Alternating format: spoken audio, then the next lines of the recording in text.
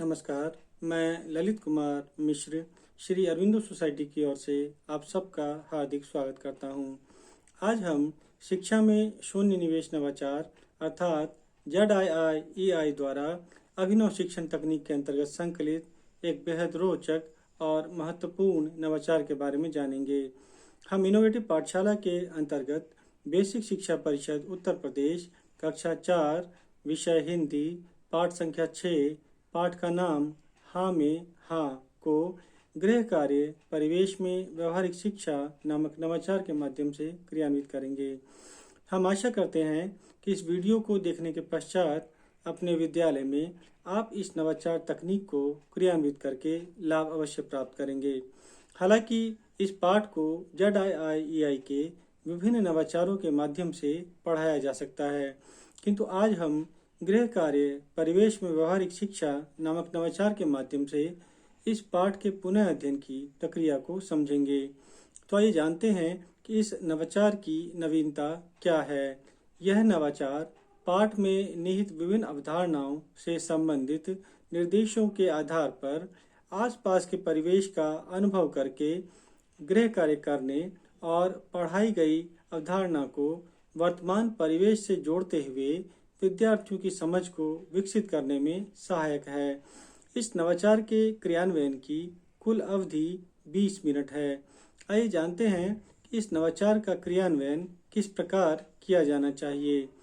अध्यापक गृह कार्य की प्रक्रिया में आसपास के परिवेश से जोड़ते हुए अवलोकन, चर्चा और विभिन्न सांकेतिक प्रश्नों के आधार पर पाठ में निहित अवधारणाओं की जानकारी प्रदान करते हैं। इस पाठ के पुनः अध्ययन के लिए जिन अवधारणाओं का चयन किया गया है वे हैं शब्दावली, वाक्य संरचना और यातायात के साधन। शिक्षक निर्देश देते हुए सभी विद्यार्थियों को कहेंगे कि वे घर जाकर अपने अभिभावकों की सहायता से उनके आसपास दिखने वाले यातायात के साधनों के नाम लिखेंगे। साथ ही उस साधन पर एक वाक्य भी बनाएंगे।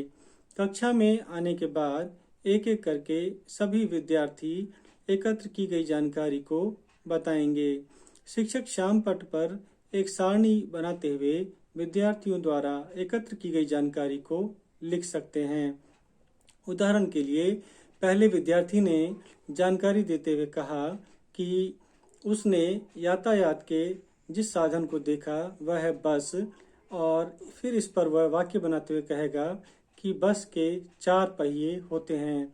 इस तरह शिक्षक इस गतिविधि को जारी रखते हुए शब्दावली, वाक्य संरचना और यातायात के साधन की जानकारी देते हुए पुनः अध्ययन की प्रक्रिया को पूर्ण करेंगे। गृह कार्य देते समय कुछ विशेष बातों का ध्यान शिक्षक को रखना होगा, जैसे गृह कार्य प्रयोगात्मक और अनुभवात्मक होना चाहिए। विद्यार्थियों को स्वयं पता करके किसी निष्कर्ष पर पहुंचना होगा। इन गतिविधियों को अनुभवात्मक माना जाता है, इसलिए बच्चों के अनुभव, उनकी आवाज और भागीदारी को प्रधानता दी जाती है, जो NCF 2005 के बिंदुओं को मजबूत करती है। इस नवाचार के क्रियान्वयन के द्वारा सीखने के प्रतिफल भी प्राप्त किए जा सकते हैं, जैसे दूसरों के द्वारा कही जा रही बात को ध्यानपूर्वक सुनकर उस पर अपनी प्रतिक्रिया व्यक्त करना और प्रश्न पूछना, पढ़ी हुई सामग्री और निजी अनुभवों को जोड़ते हुए उनसे उभरी संवेदनाओं और विचारों को अभिव्यक्त करना, अलग अलग तरह की रचनाओं में आए नए शब्दों को संदर्भ में समझकर उनका अर्थ ग्रहण करना, भाषा की बारीकियों पर ध्यान देते हुए अपनी भाषा गढ़ना और उसका प्रयोग करना। इस नवाचार के क्रियान्वयन के दौरान जो जीवन कौशल विकसित होंगे वे हैं आत्म जागरूकता, गहन सोच और प्रभावी संप्रेषण। साथ ही सहयोग का मूल्य भी विकसित होगा।